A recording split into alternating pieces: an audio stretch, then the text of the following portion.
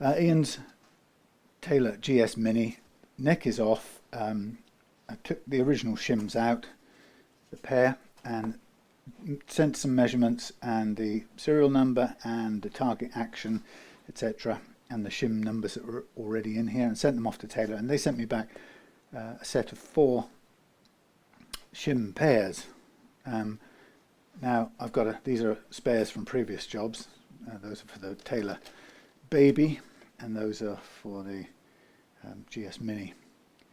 But these are the set these are the ones they sent me. Now I have the pairs here. The system they have, there's always 6 difference between the numbers. So 18 and 24, 20 and 26, and it's interesting that some have pluses and some don't have pluses, which can get a bit confusing. But so the way to go about doing this is, if you get these shim pairs, you can put the you can either try and work it out, but I tend to just try with the pair that I'm pretty confident from previous jobs will work, or close to, and then you might have to try with 2 different pairs to get where you want. And the target for me is I want the action with the new pair of shims fitted. I want the action slightly taller than ideal, or either bang on or slightly taller, so that I can make a final adjustment here. I don't want to make too much, do too much in there.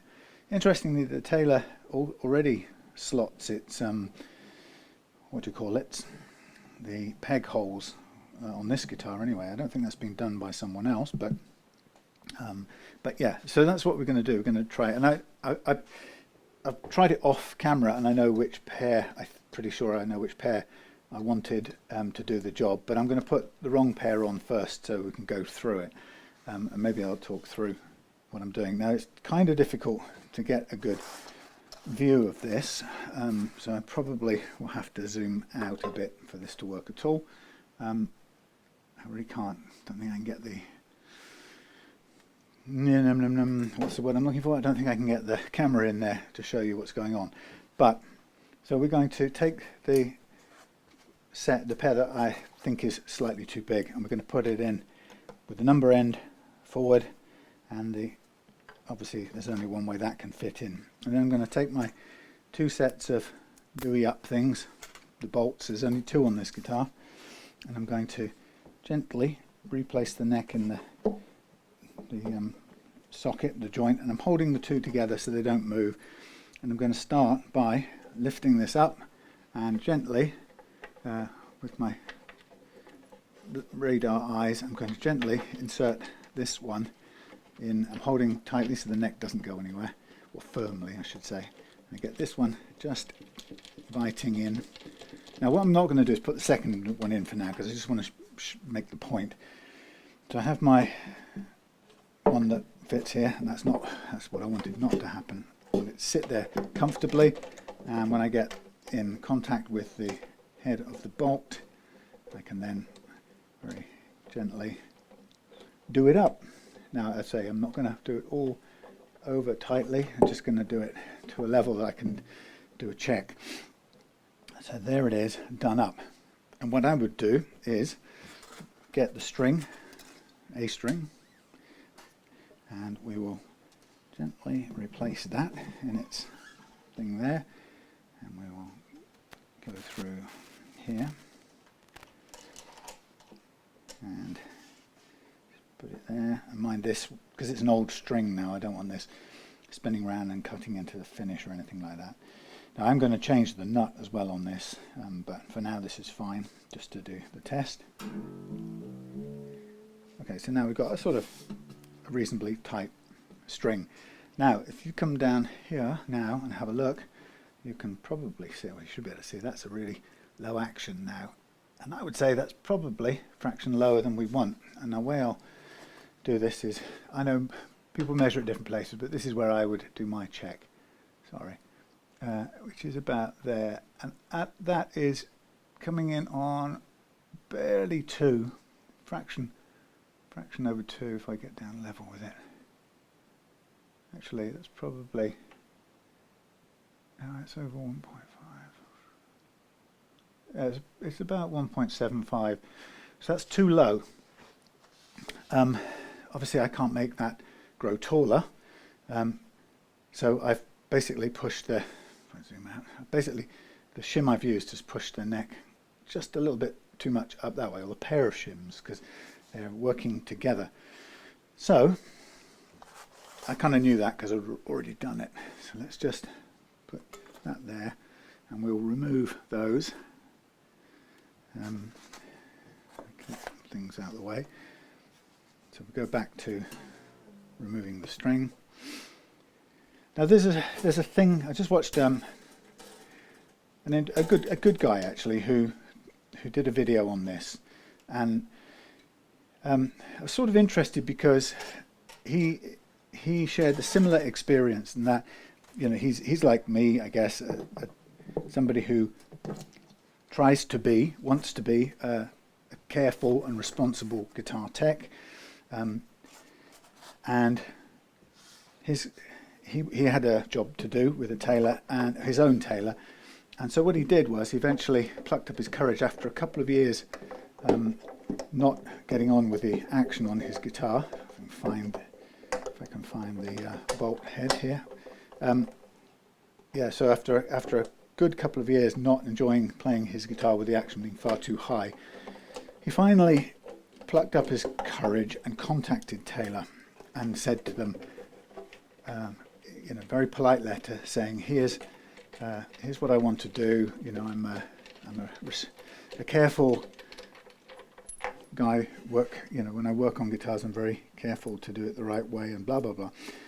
And he sent them all the information that they needed in order for them to decide which shims to send him were the correct ones.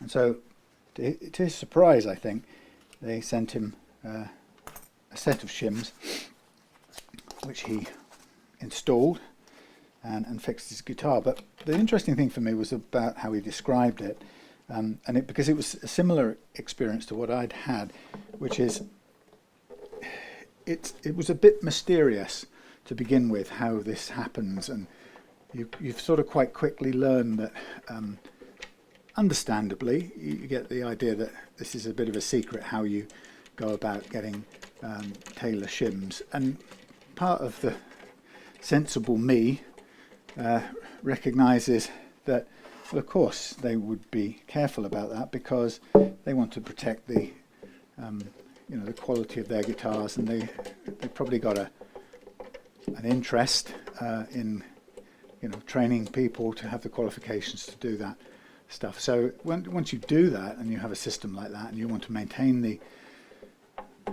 technician quality, then quite understandably you would probably try and keep it to only qualified engineers can do this, and therefore you wouldn't want to be giving your factory shims out to all and sundry. And yet I found that's what they've done for me, and I've been able to ask them to do it, and they've been very good. And the point that the guy in the video made, which I think is right, is that he seemed to think that possibly one of the most important things was his ability to convince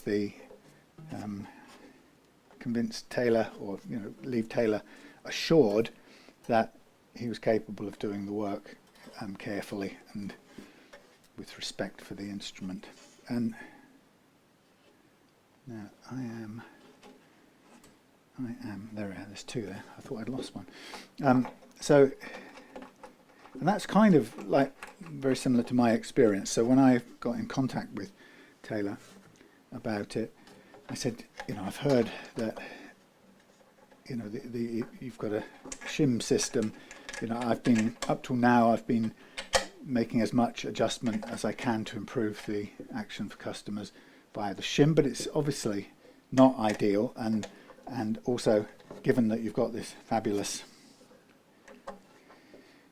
shim pair system, it's a shame to do it the wrong way. Is there any way that somebody like me who does this on a regular basis can acquire those sets of shims to do this job?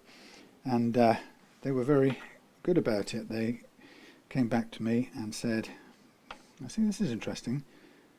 That appears to have gone the other way, but that's not possible. 18. Have I just put the same ones back in? 28, I think I have, you know. 22, 20. Oh no, there's 22. There's 20. This is weird. This is very weird. 26, 20 and 26. 22, 24, 20. And the biggest one was 26. So I'm in the... No. 24, that's 6. 22 and 6. 26. So I've got the 18. I must have the 18 in here, which is the smaller. But that doesn't appear to have changed it enough for my liking. So what have we got? I want, at the last fret, I want a little over 2, really closer to 2.5. So that, most interestingly, doesn't cut it. So if I'm on 18 and that's no good, what have I got to choose from out of this lot? 18, I want a flat 1, that's 10s. Ooh, 16. Well, that's, I guess it would be 1. 16, and then this one has got a difference. That's a 16, that has to be a 22, so there's the pair. 26, 24, 22. Let's try it. So again, this is where it's surprised me a little bit, but it's okay. We've got an extra from a previous set. Now this is interesting because when you write to Taylor, they ask you to give them the current playing action details, which I gave them, and they ask you to tell them the target action, which when I first did it, they were at pains to tell me that it was lower than they set on their instruments, and I had to sort of politely send back and say, well, I understand that, but as it, you know, my customers kind of know that, and many of them have hand issues and want a much lighter playing guitar than perhaps a stage musician would want for projection of sound. So it's not like an unhealthy obsession for the sake of it. There are many customers who want a lighter playing guitar. So anyway, so they're clear about what I needed. So, and yet these that I've got now are not. They're a bit too big of an adjustment. But we've got all the pieces we need. So let me just get this into the. It's funny trying to do this blind. And there's the metal. There's the grip, and there's the loosening. Yeah. So I guess the secret is don't be afraid to contact Taylor in the Netherlands, Taylor Customer Service in the Netherlands, and if you're going to make this adjustment, ask them if you can have the shims sets for your guitar, or if you're working on a customer's guitar, for a customer's guitar, and ask them also, as I did, ask them for the reference material that shows the correct technique of how the pairs of shims work together and so on, and that will help to show that you're committed to getting it right. So I'm just moving things out of the way. So my 18 and 24 should be 6 difference. They are. Now I'm going to go what? 16 and 22. Interesting. Ooh, this pair don't want to fit, so that's a different size. How weird is that? Does this one fit? Yeah, that one fits. This one's a fraction oversized.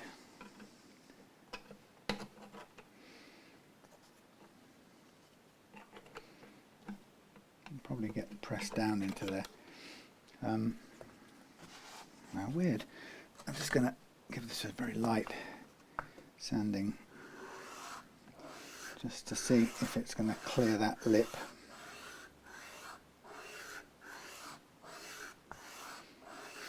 Interestingly, this one's got a double name. It was once a 14, but somebody's written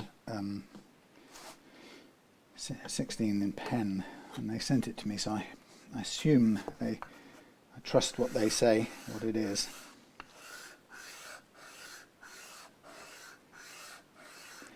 I'm just modifying this to get it to drop into the space. And it's almost there. But what I don't want is any chance of it sticking up. I want it to freely drop in, so I will do a tiny bit more. Maybe I even have to go another level down from here, which would be interesting, because then it makes me question how did that work in terms of their calculation for what they sent me. Now, I don't know, maybe I could understand if they didn't spend too much time thinking about it. Okay, so that's now seated in there comfortably. Here's our front one, the 22. A bit of a shard.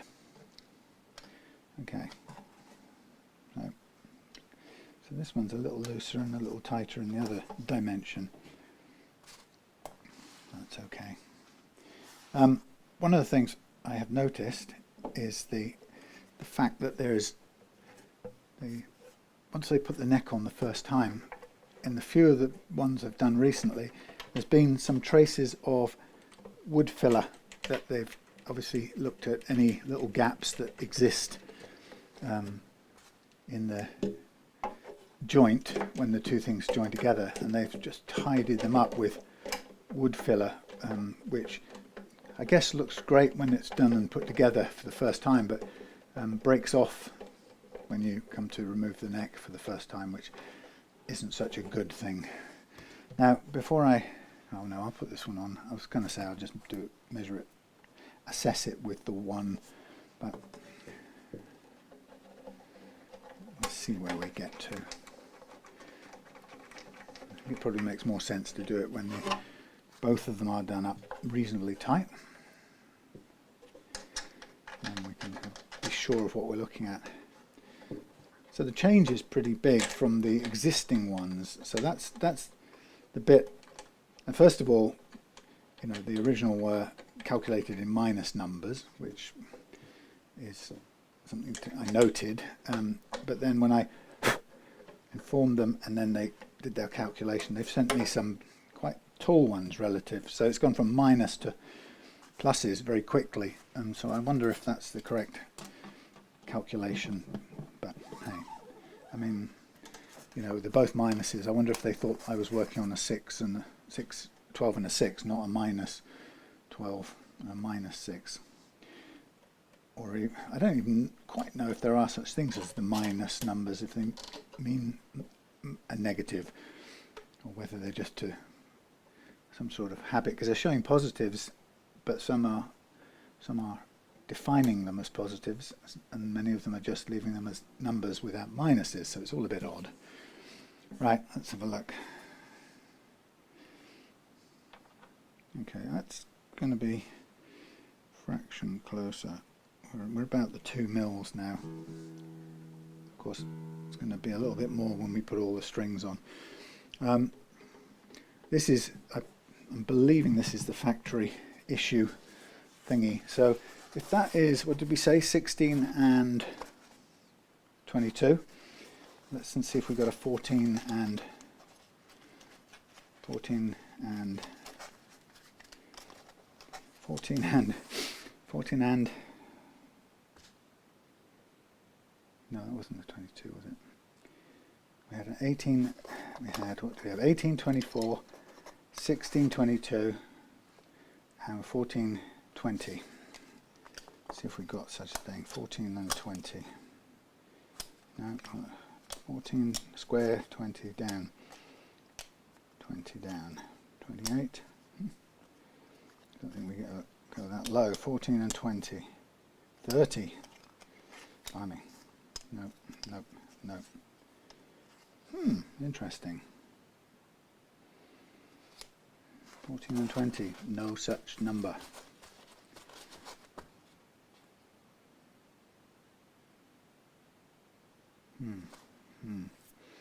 -6, -12. They are 6 apart, but in the minus.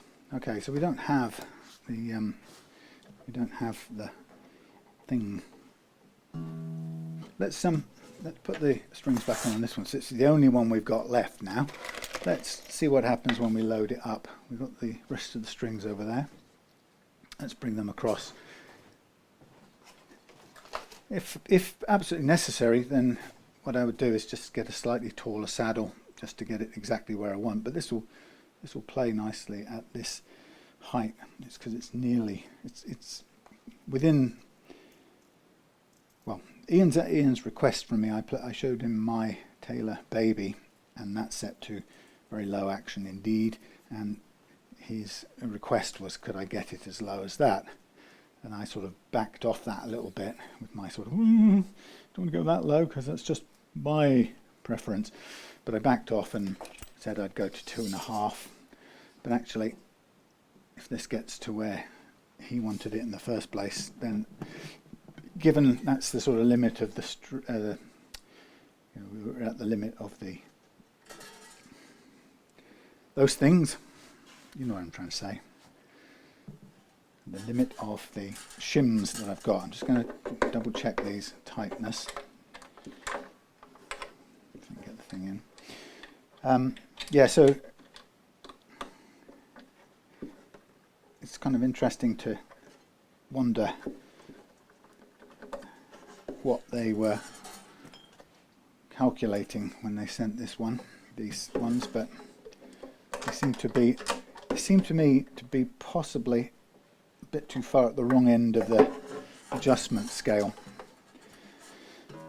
But I did give them the information they asked for, so I can only think that maybe somebody Friday afternoon, or they're very good normally. But the one thing that they've done each time I've done this is they've sent. This is the smallest number that they've sent. Normally, well, previously they've sent about 10 in a pack, which is kind of strange, really. You know, my sort of take on it would be, look, you've asked me for very specific measurements, and I've given you very precise measurements, and I thought that was because they were going to calculate one or at most 2 pairs that would do the job. But instead, previous times I got a full set of about 10, which is weird. But I think there's even more of that, because I think they must go into these minus numbers for some reason. So I'm just taking my time to get these old strings unhooked, which they never want to do when they come off. They want to get tangled in each other's coily bits, but if you're slow you eventually get them off. Now we're putting a new nut in, so I'm able to change the first fret action to match. So I'm not really too worried about what it is currently. But I mean, this is just the right way to do it. I did see a video a while back, not so long back, with a guy who took out one of the top one, I think it was. It wasn't the top one. It took out the front one, the sort of triangular shaped one, and he kind of measured it and got it onto his sander and sanded it down manually. You know, was very careful and all that, but sanded it down to a thickness that he'd calculated would be useful. And then he, to my horror, he put it back in and didn't do anything with the top one, left the top one where it was, and it was like he didn't think about the fact that they needed to be done as a pair, because they're kind of tilting the neck around, or the neck and the heel around a fixed upright surface, or a corner, actually, a 90-degree corner. So when you lift it up here, this gap gets bigger, and oh sorry, when you lift that up, this end bit gets bigger, that bit gets smaller, and vice, the opposite is true if you go the other way. And so you can't ever just adjust one of these and have it be a happy ending. But he did, and I think he was a bit miffed to get some sort of critical feedback on his page, on his YouTube, saying, effectively Taylor would, spit blood if they saw you doing this. And he said, well, I've done it for hundreds of Taylors before and it's worked perfectly well. And there's a point at which you think, stop talking now, don't do it. So it's not rocket science. You just have to understand just the very basics, that they've got to be changed in pairs, and that there's a logic to how the pairs work together. And in Taylor's case, they are 6 different from each other, between the top one and the bottom one. So I guess in the case of this one here, originally it was -12 on top and -6 on the bottom.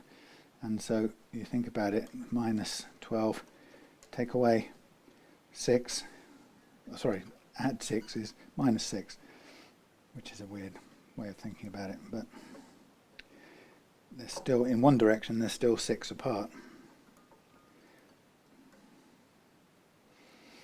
So I'm just making sure I'm getting these strings back on without risking any damage to the headstock as the old string goes round.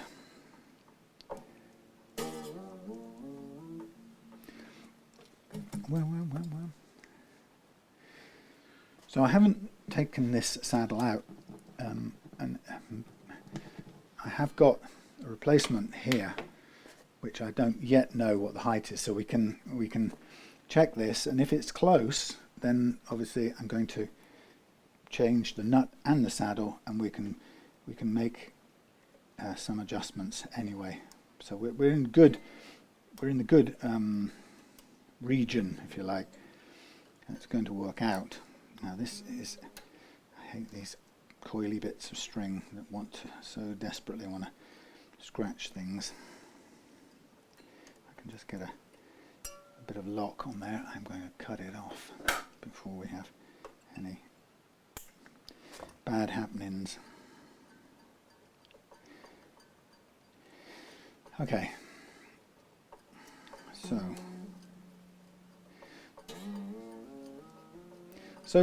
I think the thing to point out with this is that I would never intend to just get this to the right action just with the shim.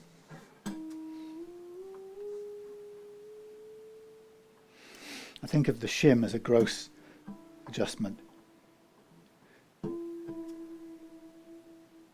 and then we want to make a final small adjustment with the saddle.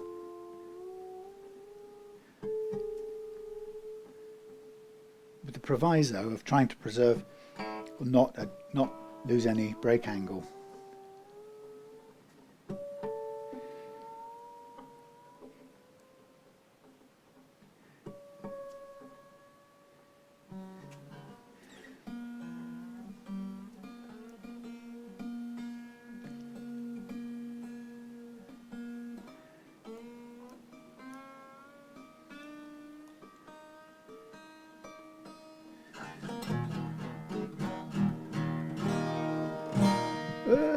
String trying to escape.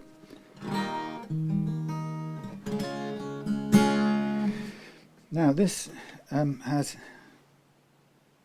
pulled the guitar up a fair bit now, actually, to exactly my 2.5.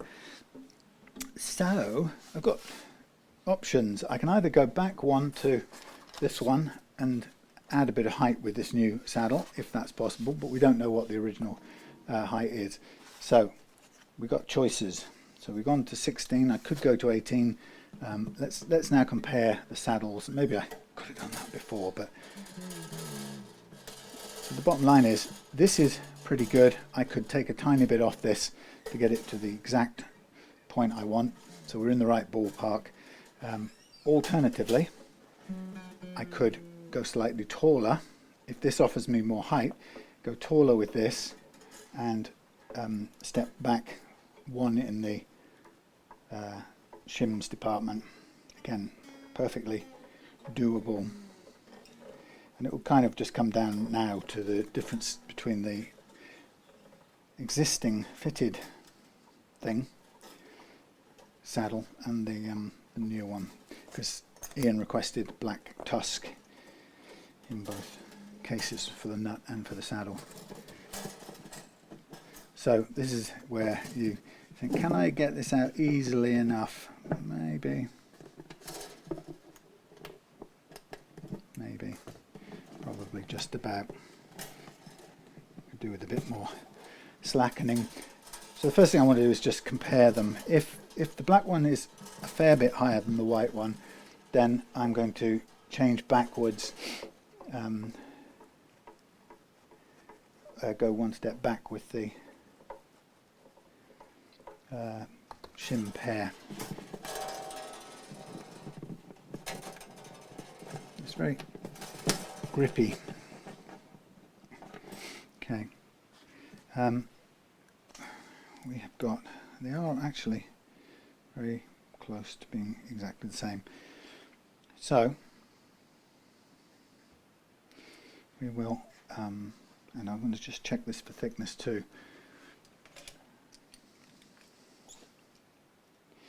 This is 293. Let's reset it. 309 according to that. 302. 301. So they're pretty much exactly on. What I will do is, just before I wiggle this one back in, let's just make a. They weren't particularly tight before, but let's just loosen these off. Being Taylor, being US based things, probably respond to these American style imperial widgets. Right, so that's the same height. So I'm going to fit this, and then we'll come back, do another check, and then we'll calculate a reduction.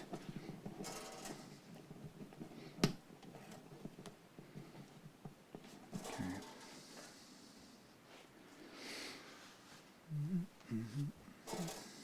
Let's just slack these off as much as I can.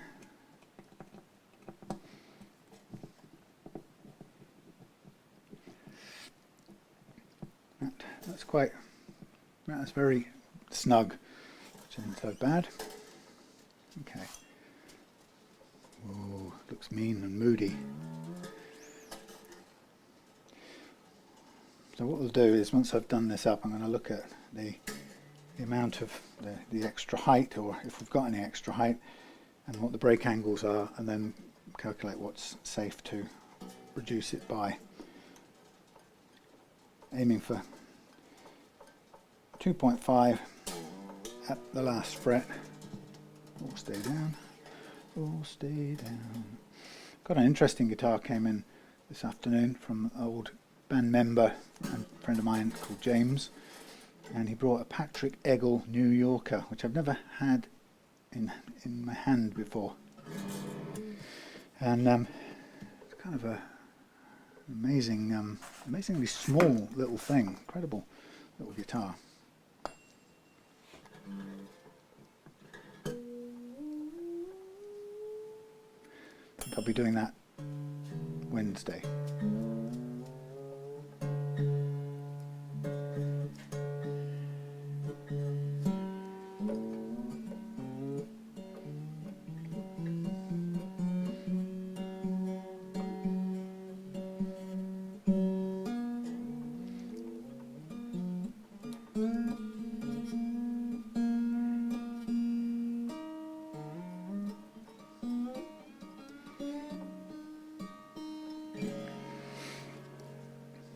See where we sit. Right, we're high.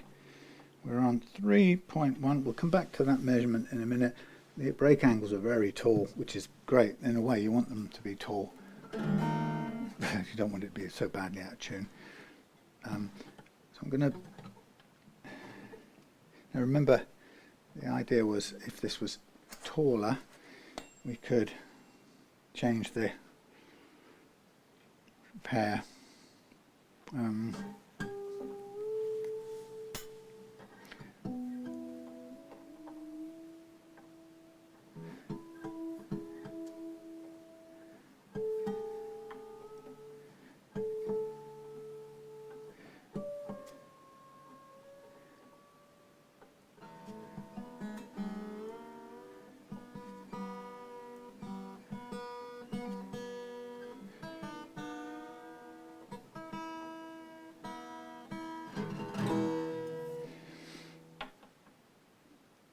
Wrong side, try again.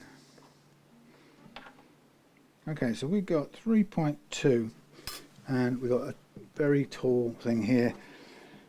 What do you say? Do we change it out one more time? Go back to the, I suppose we'd be on the supplied. Yeah, let's go back to the first set, and then that will probably take us very close to our target.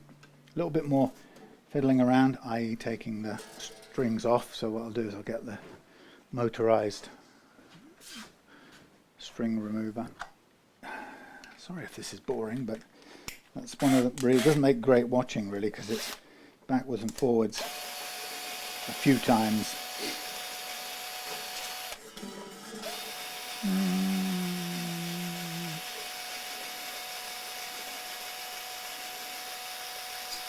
That's why, even though these strings were pretty new, I still don't want to use them as the final strings. I want to be able to put the new elixirs on so that Ian gets the full benefit of new strings to play with. I still got to clean the neck and everything, so we're kind of early dusty days yet. And we've got the sharp little string bit here trying to hurt me.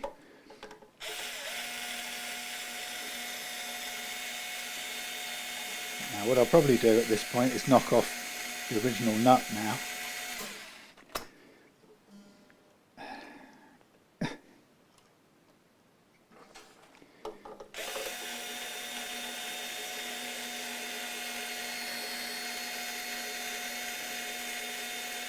So we've gone 16 and 22. Now we're thinking about going back one stage. And I've got dangling strings annoyingly in the way too, so let's get this changed over. I mean, if you think about it, that's not actually that far off there. If we do it this way with a new, see, this may have been adjusted by somebody, and this may just be a tiny fraction taller, in which case they were at least on mark with the lowest of the smallest adjustment in the whole set that they sent of the four, which is okay.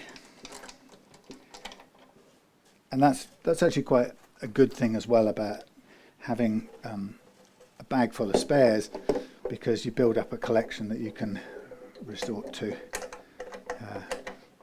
over time.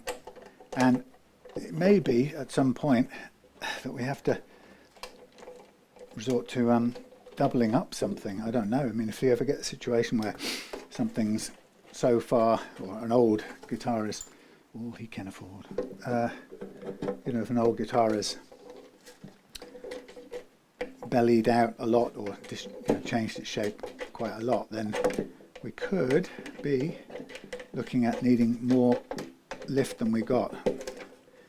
In this case, we've got quite a bit extra available in the shim sets. So not the easiest thing to get your large hands into, but there goes it. So we'll take those back out. We'll go back to 18 and thingy. Keep these for another day elsewhere. Okay, 18, 24. this will be our last adjustment. Let me just, what I'm going to do is I'm going to just take this out while we have the strings out of the way. That needs just a little flattening off, I think, because we don't want it to struggle to fit in there at all. So while we're off, sometimes there's just a very slight burr on the edge of these tusk pieces, and they don't, I don't know if you can see it there, but it's not perfectly flat. So it can be very handy to give them just this sort of little bit of a rub down to begin with, and then you'll find that they suddenly go in and out more comfortably. There you go. That's, even that little adjustment makes it work better. But we do want it snug, so we don't want to go any further than that. Okay, so I've got my 18 and my 24 in. Let's move the sanding thing out of the way. We'll need it again in a minute for the nut. But now, what am I saying? What am I saying? I'm going to reduce the thing. Right, so I've got a bit more to do still. So we're going to get this back done up. We're going to string it up, measure the action at the end, then calculate the reduction, then take the strings off again, then do the reduction, and then we can take it from there. But this is the last bit of neck bolt adjustment we're going to do. We got the thing attached, thank you. We know the range we're in now. Okay, nice and tight. And then we go in with this one. So it's quite a thing that's caught me out there. This is quite a big action adjustment under load. It really only makes sense when the whole thing's fully laden with strings. You try and calculate too much off that when it's flat. You just have to be aware that it's quite a big change when the strings load up the whole neck. Okay, so I'm going to go and blow my nose a moment. Forgive me. So I have to take my microphone with me to blow my nose, which is not good. Right, so we are easy to remove that, and now we're going to, now for this I think I can get away with only putting on the two strings. No, I'm still going to need to load it really. Wow, I thought I would get away with it, but I've got the automatic screwdriver-y thing to do this quicker now, so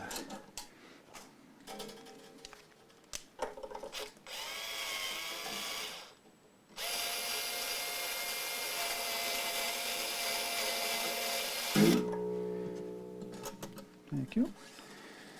Again, this slightly curled up string end is always the hard bit. You have to either sort of untangle them, or if you don't want to untangle them, you have to then stretch them out so you can stand at least some chance of pulling them back out. And it's very easy to cause them to make a bird's nest from which you will never untangle them.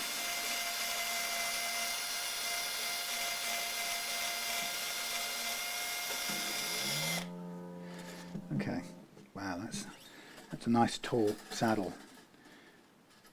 And that's the whole aim of the game, really, is to retain as high brake angle over the saddle as possible without having a ridiculous action. So, you want the action you want, but you also want a good brake angle. And there's with the Taylor system, which is what's unusual or makes it unique amongst acoustic guitars. With the Taylor system, it makes Taylor the only guitar that you can have that with. Normally, a low action is automatically associated with a loss of brake angle, because it's the only way you can make that adjustment is via the reducing the saddle, and that takes away the brake angle by definition, but automatically. So Taylor's got a great design, and one of the things I probably said in the previous Taylor video, but I thought that the fact that it was so difficult to find my way through to how to get these shims, and to get Taylor to let me do it the right way as opposed to doing it the less than right way, it just seemed like I thought Taylor were missing something of a trick when you realize that the ability to reset your guitar neck like this is just such a selling point. I mean, I would not buy, actually I wouldn't buy any other new acoustic guitar brand other than Taylor, because the one thing I don't want, well, I'm getting too old to care about it now probably, but the one thing I absolutely don't want to feel is that I bought a guitar that in 10 years time will probably have a high action and it will be heading towards the unplayable, and then I'm either taking the action at the saddle down to ridiculous levels, losing the break angle as I go in order to keep it playable, or that you have to take it in for a expensive neck reset, and have the whole thing pulled apart and re-woodworked and re-glued and so on and so forth, which feels pretty it's pretty expensive, and it's pretty extreme operation. So for Taylor to make this thing complete with these bolts and therefore the shims that work this way, I just think that's an absolutely brilliant #1 top selling point, and they sound great.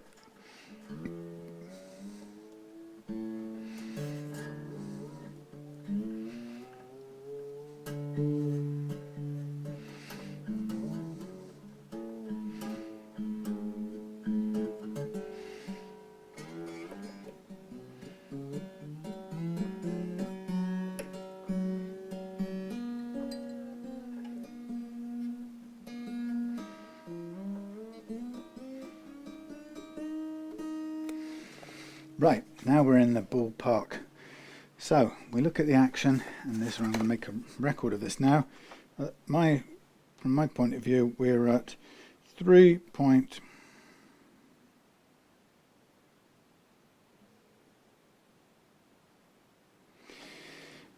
I say we're at 3.5 to all intents and purposes. 3.5, low E, last fret. Low E, last fret, and we're at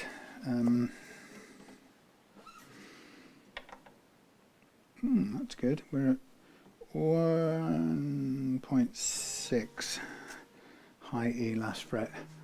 1.6 high E, last fret. So we're kind of near where we want to be on the treble side.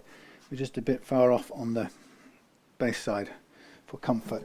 So 2.5, so we're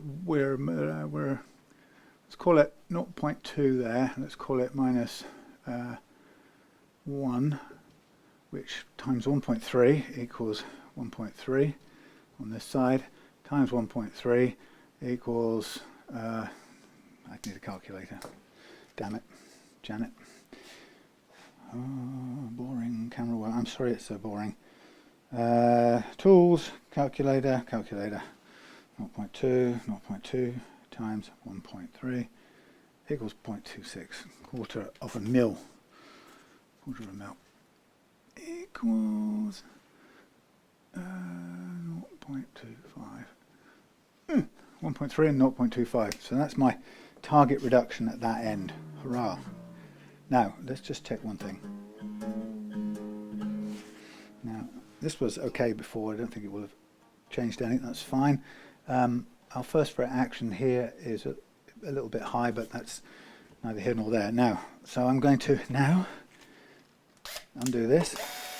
And now we're going to adjust the saddle with our new pair on, which has given us plenty of room for a bit of downward adjustment. You don't want to get stuck too low and not be able to go back up. Now, I don't know how many more times the strings are going to cooperate with me on this, but soon they will have done their service. Doink, doink. So Taylor guitars, the nuts tend to come off very easily. They cooperate. They're made of new bone, which is why I like to replace them, which is not a bad material, but tusk is betterer, and we bought a nut for the purpose. That's what you get it springing the thing off sideways.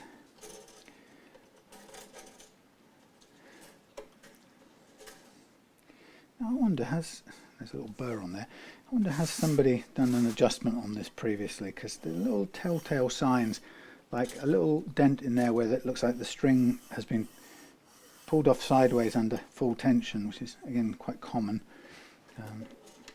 Okay, now here's our replacement nut. I'm just going to sit it for the time being in the slot so that we get a look when we tension. Oh, I don't want to tension back up yet. I want to remove this, don't I? But we'll check the sit of the nut in a minute. Come on, out you come. Thank you. Right, this one is going to hang up here now, safely. And I'm going to mark up, or do a measurement. So I'm going to put all of these shims now out of the way, because we don't need them. And the bag's getting fuller. Put that in there, and over here amongst the mess. Okay, so, and those. These are the original ones that will go back with the guitar. Right, so what I'm going to do next is we're going to reduce this. So on the bass side, we're going to go down, and it's difficult to see because we don't have any, can't draw on it, it's difficult to mark it. So let's put something on here that we can make a reference to. We'll mark up and then cut a sort of slope, or just cut off a slope so we can kind of we can measure what we're doing. And I can't get this thing to stick correctly. Now it's stuck on there. Blimey. Hard to handle this. And that's what I wanted to happen. Then get me up a cutting thing. Oh, let's change the angle. This is getting really boring. I'm so sorry. It's probably told me I've run out of batteries or something like it usually does. Right, what I'm going to do here is just going to cut away this shiny foil. This is really handy foil. It makes passable shims, micro shims. If you find that you're a fraction of a millimetre off something, you can use a couple of sheets of this, or a couple of bits of this makes a perfectly good lift for that tiny amount. Okay, so what I'm aiming to do is I'm aiming to mark up my 1.3. Again, it's not very easy to do when you're working with such a tiny amount. But if I were to mark 1.3 on here, my eyes have suddenly gone all sticky and I can't see. So there's my handshake. I guess we didn't eat today. There's a mark, 1.3. Now we're going down to 1/4 of a mil, which is practically, in real terms, it's the thickness of a pencil line, if that, 1/4 of a mil. So it's a tiny amount. So I'm not even going to measure it. What I'm going to do is I'm going to eyeball that bit. So I know what my 1.2 mils is, and I'm going to line up the edge of my, that's moving. I could probably do with sticking this down to work on it, but there's my one end and there's the other. That's come round the wrong end this way.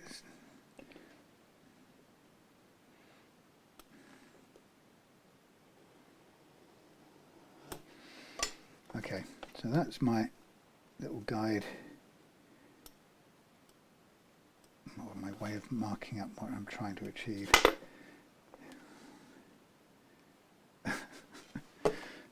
Well, work with me, or is it fighting me? Come on.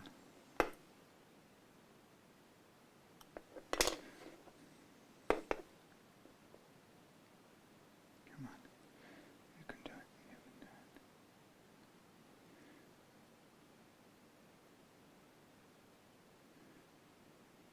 it. Yes. Oh, blimey, look at that. So that's the what I want to achieve. So in order to do that, I'm going to get my cuttery thing, my sandy thing. You can probably see it there.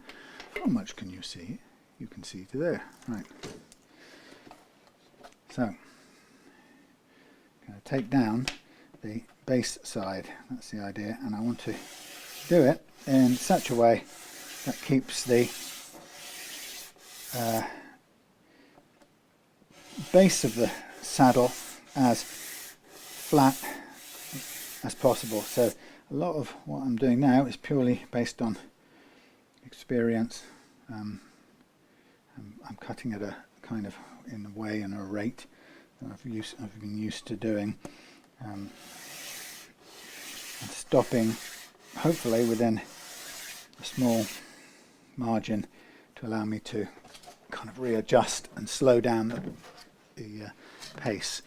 So I'm switching to a lighter gauge of stuff. You can see it. Looking back at my guide thing here, and looking back at we got the saddle at right angles. Now this isn't, it's always important to get the saddle at right angles, but in some sort of ways this is slightly more forgiving than on some other types of guitar, because the pickups on this are in contact with the flat surface of the vertical surface of the saddle. So it means that they're, whereas on a conventional piezo saddled guitar, you can find yourself not sitting properly on the piezo transducer strip, whereas this case you have it could be a little bit more tolerant of it not being completely flat on the bottom, but as a sort of practice we want to get it as flat as possible. So I think that's, I can still see there's a bit more on the bass side to go. So it's very difficult because it's black, and I find it quite difficult to see the material and how far it's cutting. So, okay, now I'm going a bit off to one side, so I'm going to need to straighten this up.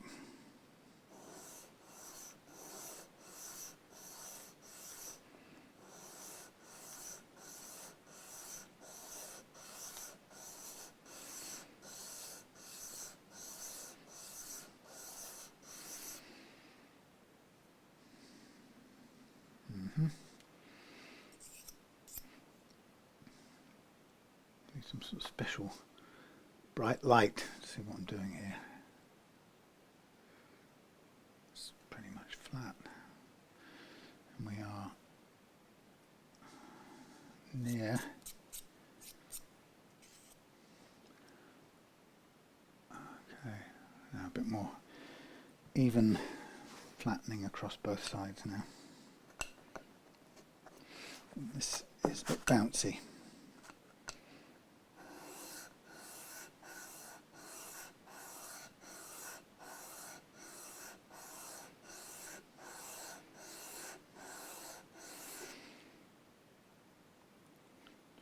Jolly good. I think that's pretty close.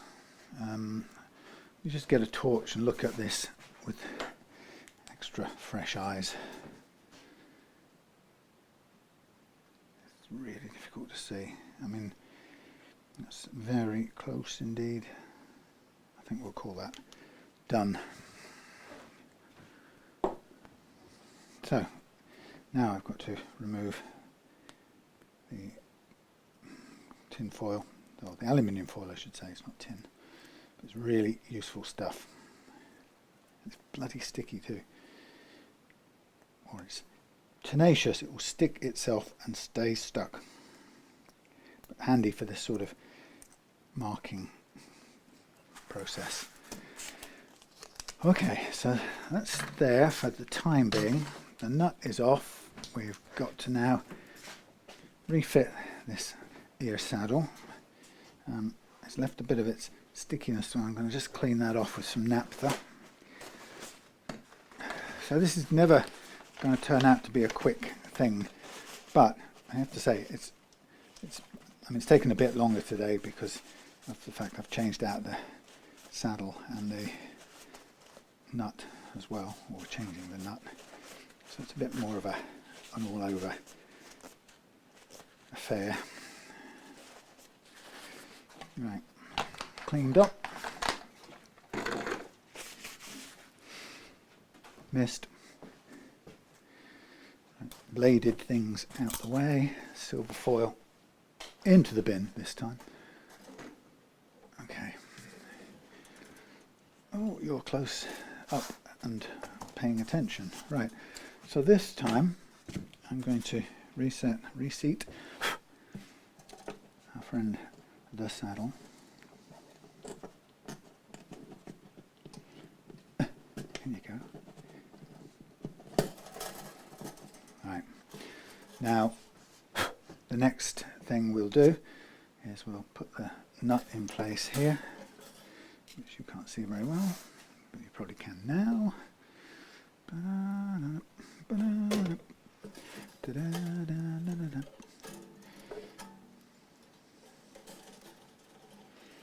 Now, first things first, am I actually fitting into that gap? No. So the first thing is it's fraction too junky, and that's fine because I can now just take away the slight buckling on the front face and we get it down to flush. And it's even there, you can probably see that shining bit. That's out of straightness, but we're more worried about it fitting the slot perfectly.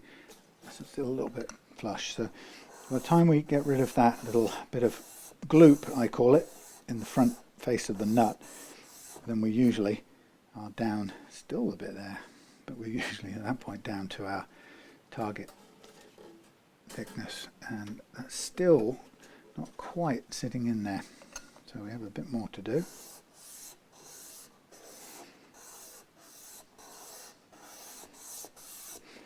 I think that sanding things is just one of those practices that you learn over time, because if you don't get better at it, it ends up costing you in tusk nuts and so forth.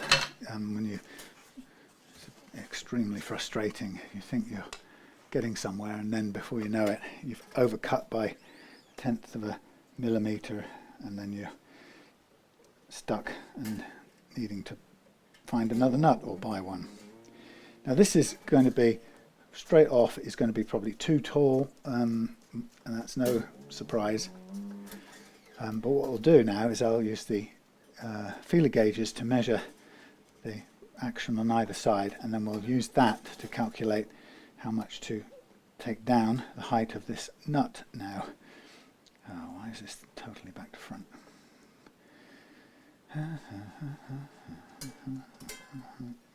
Get off there. Okay, it spins round and tries to scratch the finish. It's like a monster of this, full of evil intent. Well, it's all looking good, all feeling good. And I'm feeling good. Down, down, down, down, down, down, down, down, down.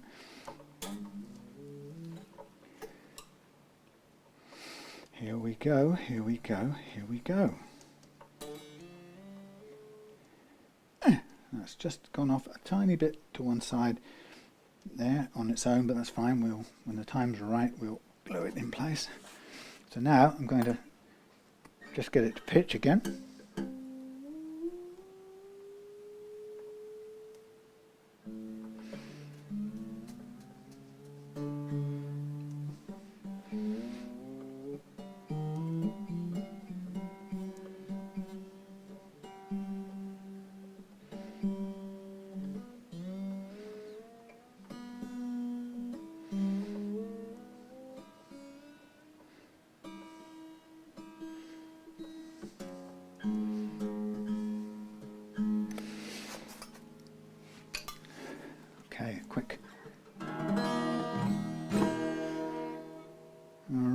let's just check the playing action at this end. Well, you know what? We're down at exactly the 2.5 mils I wanted. Now, next thing, let's measure the gap here because it's too high, but that's okay. Now, what I do is take quite a bit of effort to get this nut to the exact height to give us the ideal first fret action. Now on an electric guitar I tend to go for 0.3 of a millimetre, and the reason I do that isn't just for fun, it's because studies have shown, my studies, i.e. setting up playing guitars, have shown that much above half a millimetre, I'll call that dead on, that's 78.8, that's 0.8, so high E 0.8. Yeah, much above 0.5 of a millimetre, the notes played down here will go sharp, will play sharp, which we don't want. So, let's see, what am I doing? 0.8, that's that's 0.8, that is 1 millimetre. Yeah, so above about 0.5 of a mil, notes fretted near the nut play sharp. I'd call that a millimetre. 0.8, 1.0. Now I want target of 0.4, which is minus 0.4 on there, and 0.4 there, it's target of minus 0.6 there. So, how do you get a nut taken down that precisely? Well, this is my little secret, and it works. And so, as a result, what you get is a nut that's fitted perfectly and ends up at exactly the correct first fret action. The strings end up at the exact target first fret action of 0.4 of a millimetre. So we're underneath the likelihood of going sharp. You can go even lower, you can go as low as 0.1. I'd stuck at 0.4, I think I went to 0.3. I go to 0.4 as a sort of an outside conservative target, you might say, because I want to have some room. So what I'm going to do is I'm going to put the guitar on the hanger again. I'm going to get my sanding board out, and I'm going to get my calipers out again, and we're going to do another little drawing, which I've got one on the board already of a nut, but it's not the one we're dealing with. Hang in there, memory and batteries will be alright. So that's what I'm removing, 0.4 and 0.6. There's a little tiny bit of space. Tiny bit of space. Okay, so what am I trying to do? So what I do is I draw the nut like so, and there's its thickness like so. Right, we kind of know, we don't really care about this, we know that fits because we just put it in place. But what we need to do is we need to lower it from the bottom upwards. And how do we do that safely? Well, drawing a line on it like I did with this, the saddle isn't very good. So here's what I do. I will take this one, make sure we're on 0, and start on 0, and we'll measure into the notch of the low E 7.26. So I draw it here, low E notch 7.26. Okay, that's where we're starting at, and then I can't fit the blade of the caliper into the high E notch, but I can rest it on it. 775. So we go 775. Now I know I want to take 0.4 off there, so minus 0.4 gives us something, and I want to minus 0.6 off the bass side, and that gives us something else. So it's not 0.06, it's 0.6. So we go to the first one, and we will 7.75 minus 0.4 equals 7.35. Add it back on, 0.4, 775. In this case, 7.26 minus 0.6 is 6.66. Add it back on, 6 and 6 is 12. That becomes 726. Is that right? You're convinced? So what I do now is I know that my guiding principle is here, that I'm taking a bit more off the bass side than I am off the treble side, but altogether I have to end up with a square flat bottom nut, cue the Queen songs, flat bottom nut at that dimension. It's got to be flat bottomed, and I've got to have taken a bit more off the bass and a bit less off the treble. So I have to now start, I look where my bass is, and I'm going to go, right, let's press down a bit harder on the bass to begin with. And then at some point I'm going to miraculously sort of stop hammering on the bass side, and I'm going to go and I'll look at the squareness of it, and I've tilted back a bit already, so I'm now going to push, straighten up and wiggle from side to side. Same pressure at the moment on both sides because I think we're kind of equal. And I'm going to check the squareness, looking good. Now I'm going to do a measurement check, so I'm looking for 735 on the treble end. What I'll do is I'll make sure it's at 0 first because I got caught out yesterday doing this. 753, so we're nearly there, but not quite. 698, so we're about 20 off there and 30 off there. So a tiny bit more pressure on the bass side. Check the squareness, it's looking good. Check which end's the bass end. Where's it gone? This end. So we'll put a bit of weight down on the right hand, but I shall attempt to rock the whole of me backwards and forwards rather than my hands. I want to keep the hands in position so that they retain the squareness of the nut base. It's much better to do that by moving all of you and let your legs move rather than moving your hands, because that immediately changes how the nut is sitting against the sounding block. So we go back and we check treble side. We have 745, nearly there. Come on, go down the bass side. 675, nearly there. So we're about 1/10 of a millimetre off on both sides. I'm going to switch out from the big board to a sort of fresh-ish sounding stick made recently with some kind of milder, actually I'll keep it off there for a minute. So we'll work on here. So we've got 1/10 of a mil, and I want to, more important than anything else, I want to keep it now straight, and I'll still do the hold it still and woggle from side to side. Then come back for a measurement. So bass side 6.66 is what we want. 6.71, pretty close. Top 7.45. So I'm going to do a little bit more, and this time I'm going to press down a tiny bit more on the treble end.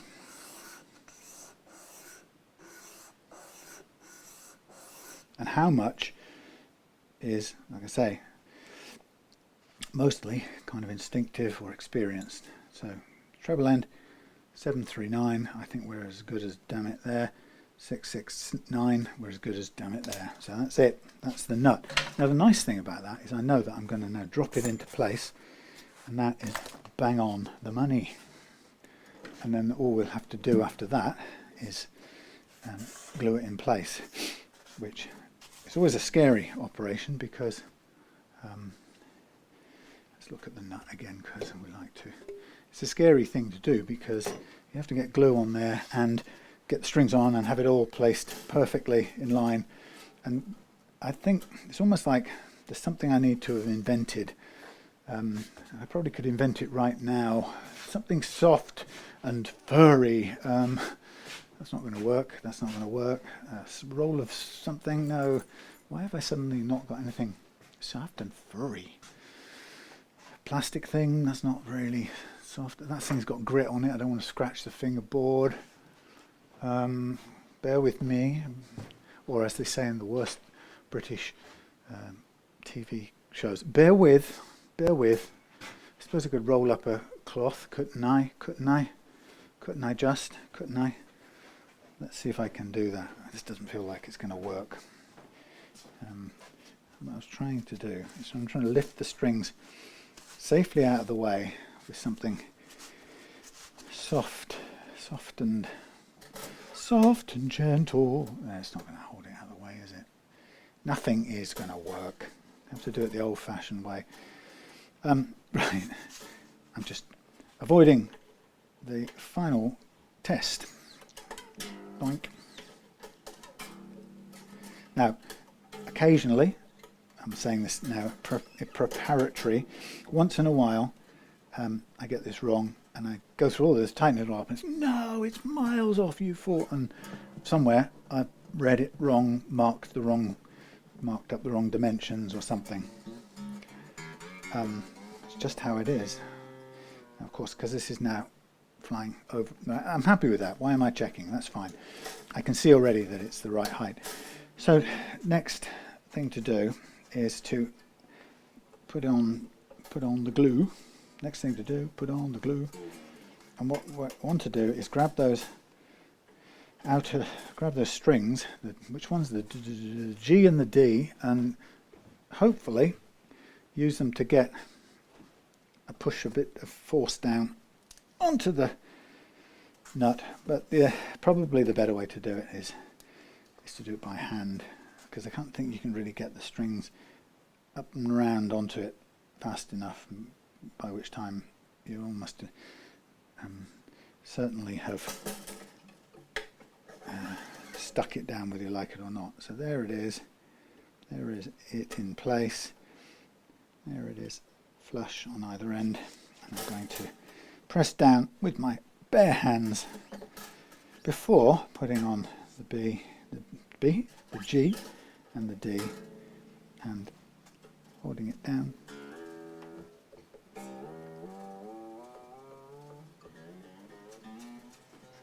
So that's using the strings now as a bit of a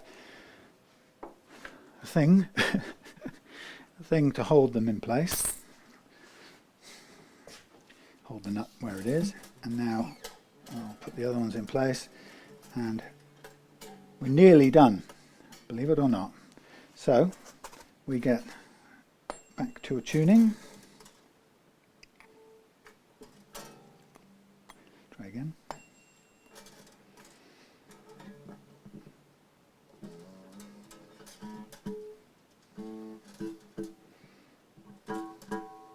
Right, what's going on here?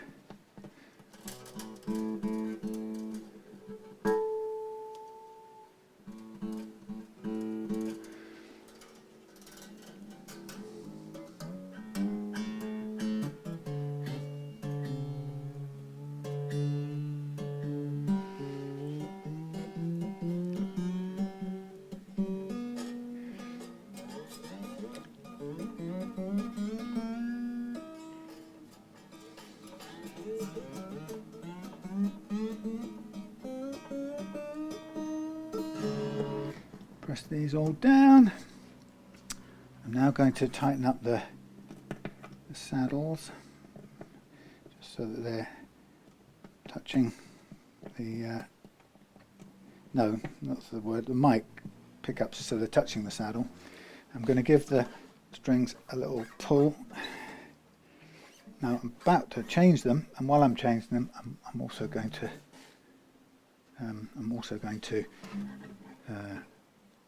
clean the fingerboard and re-oil it, but that will be pretty much the penultimate step before putting the new strings on.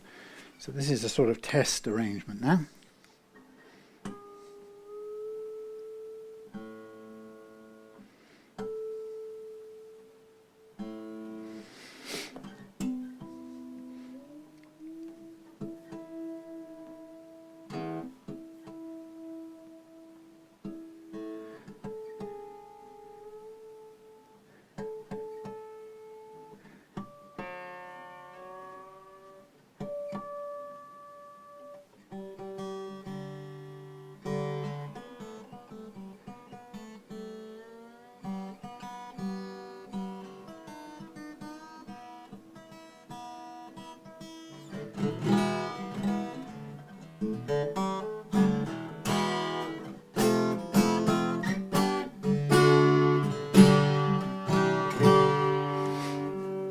Lovely jubbly. Check it through. We're good, we're good, we're good. What have we got at this end? I'll try with a 40. We might still be a little high because no, we're dead on, exactly where I aimed for. Ooh! 40 on the first fret, and whizzing around here, we're coming in at just on 2.5 on the last fret, exactly as planned. Right, what fell off there? Okay, so we are very, very close to where we want to be. Lovely low action, 0.4 of a mil, about 0.2 of a millimetre of relief. Hello. Down here, 2.5 mils at the last fret, which is my target, and a lovely saddle at the other end, new saddle. If I can just zoom in and look at that, plenty of brake angle, nice tall saddle. Ho ho. Right, so the next and final part is fairly straightforward now. So what I'm going to do is tidy up these little bits out of the way over here. Put that out of the way. We've finished measuring with that. We don't need to hit anything with that. We know the action, heights and so on. We'll need the tuner. We won't need that. We won't need those.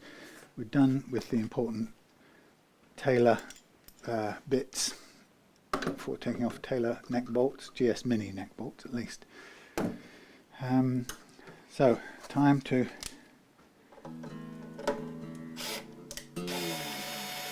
remove the old strings and thank them for their selfless action. There's the pieces that I want to send back. So I'm going to cut these off. Oh, I will need the string pullery pliers.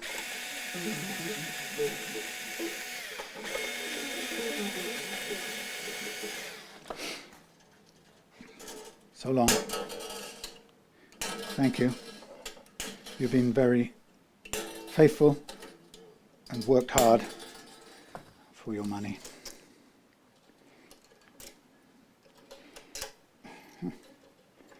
Okay, everything nearly done. Still, well, you can use the side cutters very carefully. All you have to do is just woggle out the pegs until they're loose, and you can usually pull them up fairly easily, like so. You often find on the string winders there's a little thing that helps you to pull out pegs, but on this one it's being stubborn. But I find those string winder things are usually a little bit on the rounded off side, so they don't tend to do what they're supposed to in my experience. So something I can hold on to firmly without hurting it and just wiggle a bit with is better. Right. So now we're into a bit of a final clean up. What have we got here? Let's use this one. I'm going to clean up the fingerboard. It's pretty good anyway, but we'll give it a sort of refresh. Frets are in good nick. What I like about these types of acoustic, particularly Taylors, they're good, they're fretted well. You can lower the action to a very good low setting without needing to level the underlying frets. That's a pretty good state of affairs, because I mean you can get to the 2mm last fret sort of region if you want to, and I have on mine, and it does that without any hint of fret buzzing or choking or anything like that. So it's good for that. They're well made. Not everybody would want to go that low, but the point being is you can if you want to. Okay, I was just dusting this down a bit.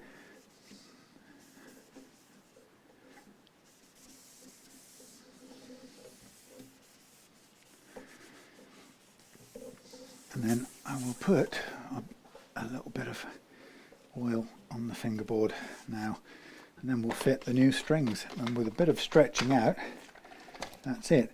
There's one of the things that I was thinking about when I was getting the shims sorted out, and the overall thickness of this shim here on the front can have or be used in order to have an impact on the overall intonation, because if, for example, I mean, these are made accurately enough so you actually don't have that problem, but you could put a deliberately generally thicker shim here which would push the neck out a little bit, and because I'm looking here, there's a very tiny gap where this neck is fully tightened in and everything, but it could be that that's because the shim pair is now a little bit wider than the previous one.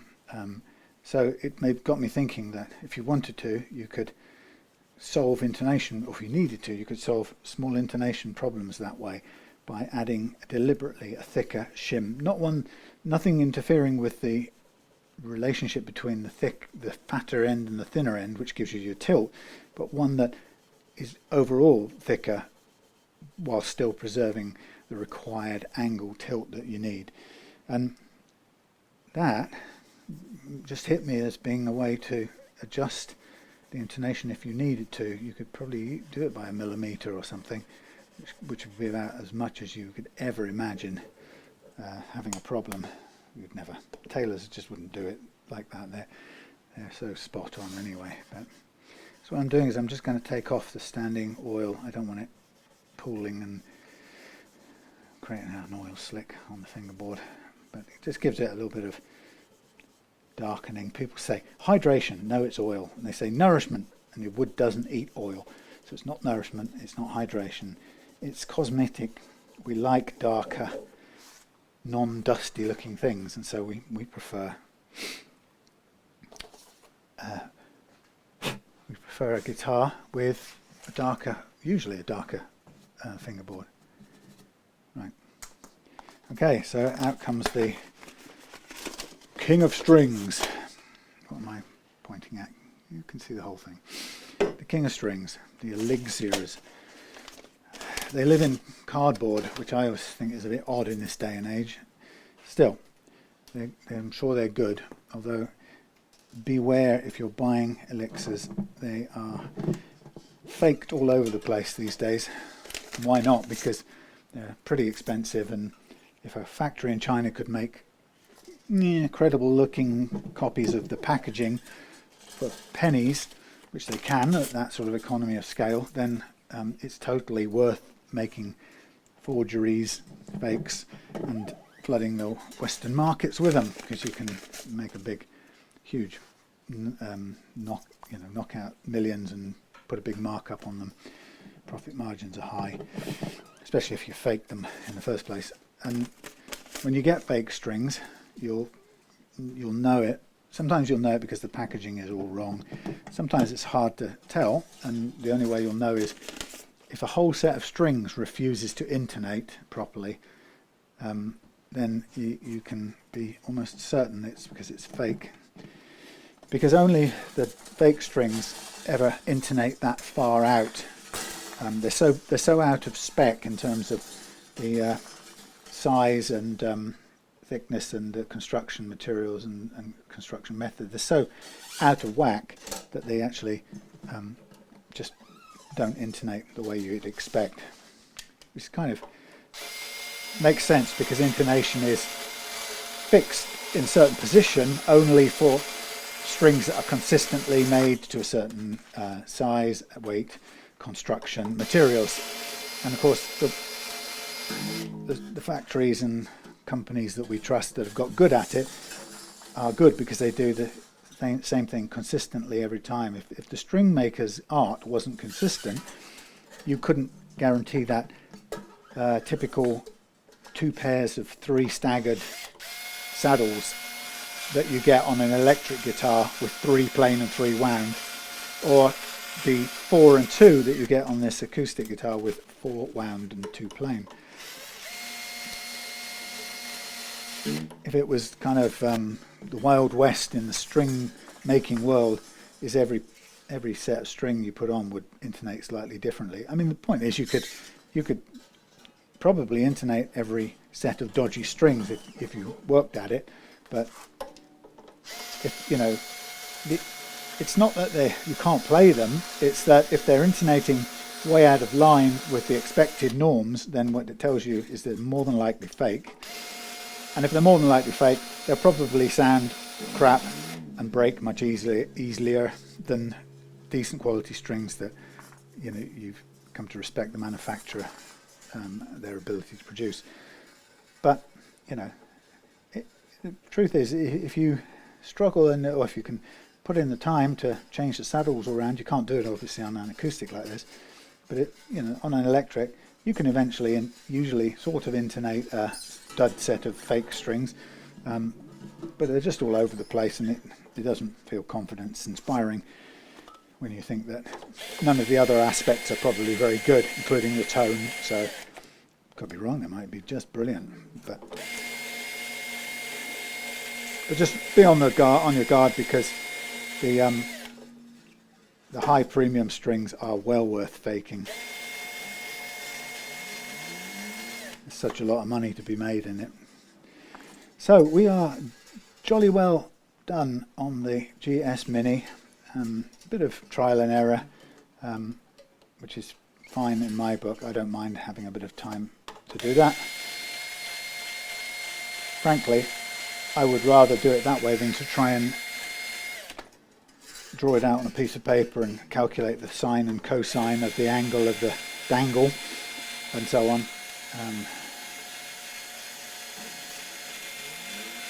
Whatever it is those words I just uttered mean or don't mean, I don't know. Maths was not my milieu. I wanted to do it, I kind of understood it, but the nasty maths teacher knew I wasn't a naturally gifted maths person, so he made my life misery and made me quit.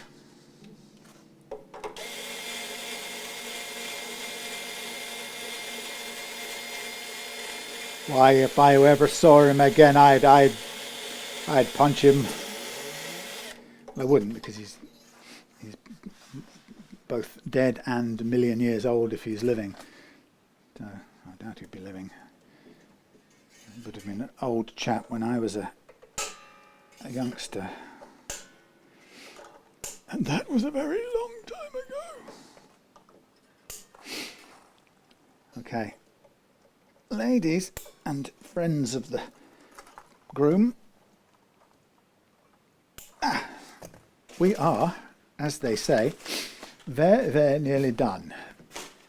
And the only undone bit is the stretching of the strings. The ceremonial, sacrificial, popping of the, what you'll call them, pegs. Sometimes it does that.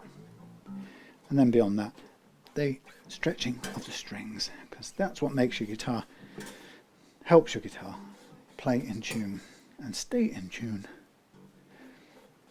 You've probably heard me say lots of times, tuning stability comes down to two principal things. For all intents and purposes, it's worth thinking of it as 50%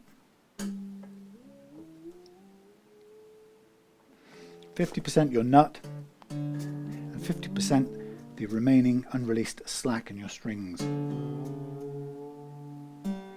We've taken care of the nut by A, fitting a tusk one,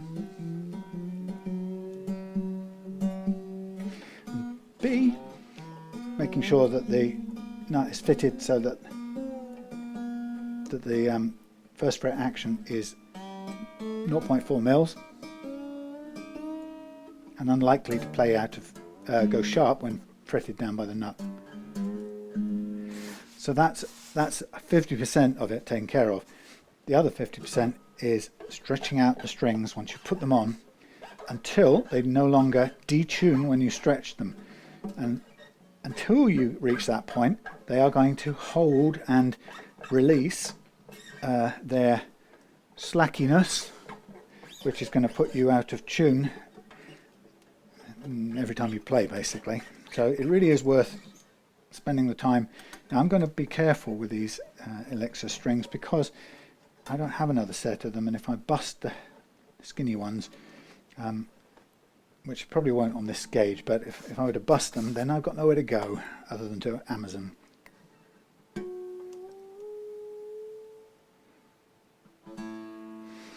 See how much detuned? Every bit of that detuning just waiting to come out.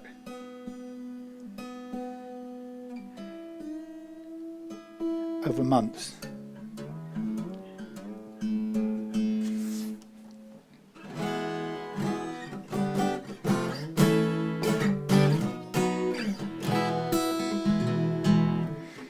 So we'll do some more stretching.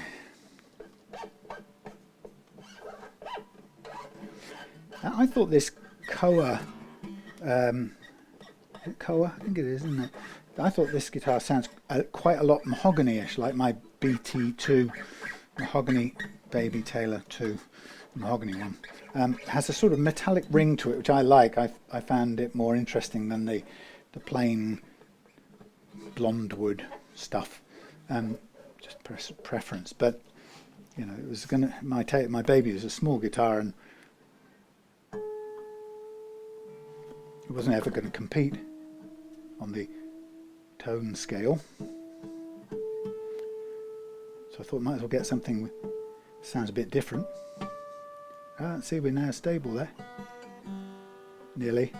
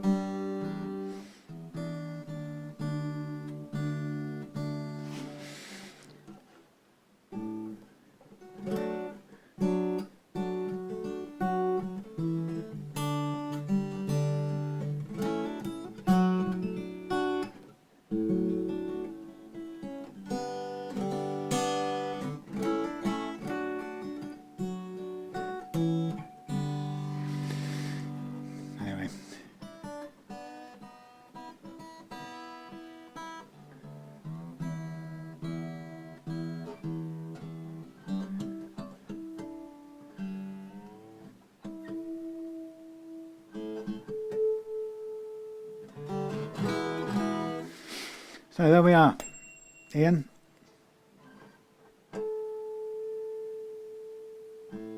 Hope you enjoyed watching that.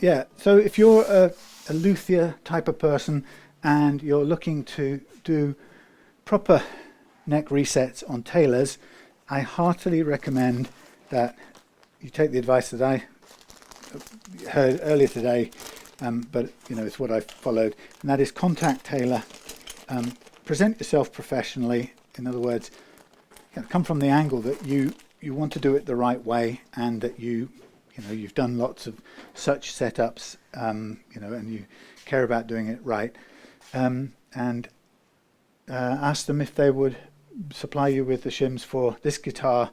They'll ask you what model it is. They'll ask you the serial number. They'll ask you the 12th fret action on both sides. They'll ask you your target action on both sides, and they will also ask you for the shim numbers. And for that, you have to be confident enough to take the neck off.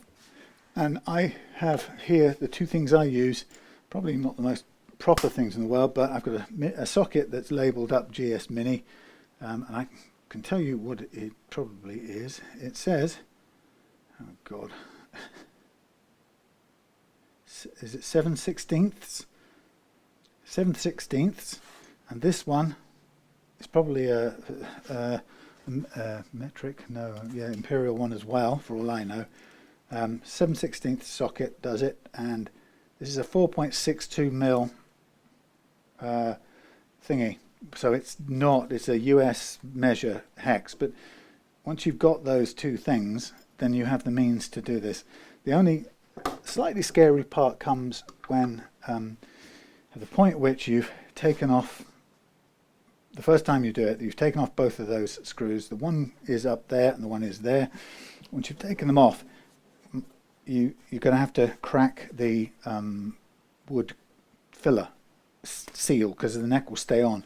So my experience is support it on a soft surface like this, and with a thumb and forefinger just push down on there and it pops out, and of course it breaks the little bit of wood filler that they've used in there, which is, you know, neither here nor there. It has to happen, you can't avoid it. So that's the two tools you need, really. You need the sanding block to get it right. You need to understand the relationship, obviously, but you know, don't be asking them for the shims if you're not comfortable doing setups. But you know, it's not as mysterious as it was made out to be. Oh, you'll also need this little imperial size miniature hex key to undo or slack off, if necessary, the little pickups that sit against the saddle. Yeah, anyway, but yes, so actually I think it's great. Go to Taylor and get them to give you the shims so you can do this the right way, because I think if you're in the tech business, once you've done this a few times, it really will convince you not only to recommend these guitars to somebody, because if you spent, let's say you spent nearly $1,000 on this, maybe $1,000, right? I've seen these Taylors come in from new, come in with an action here that's way high and a saddle that's already got almost no adjustment room. So the only way to fix that is to go to Taylor.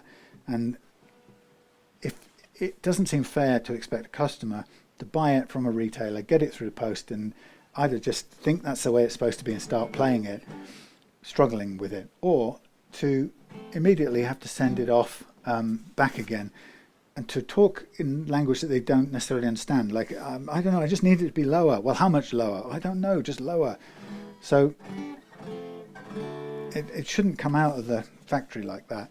But I think Taylor, you know, if you're in this business of doing work on guitars, then, you know, get them on side as an ally, and you know, maybe they originally did want everyone to have gone to their training course, but if you know what you're doing, and if you communicate that and polite with them, you know, they've been helpful. And as you can see, I'm building up a collection of shims, which at some point I'll be able to use. And there's no point, what's the word? There's no point hoarding these for their own sake, but having these range here means that if somebody comes to me and wants their GS Mini reset, and I have a working pair in here, then I might not have to wait. They may not have to wait the week for it to come in. I'll still order it and get it and keep it in the spares, but you know, I may be able to get them on the way quicker. So having spares is really good for that. Anyway, thank you for watching. Hope you enjoyed it, and I'll see you again very soon.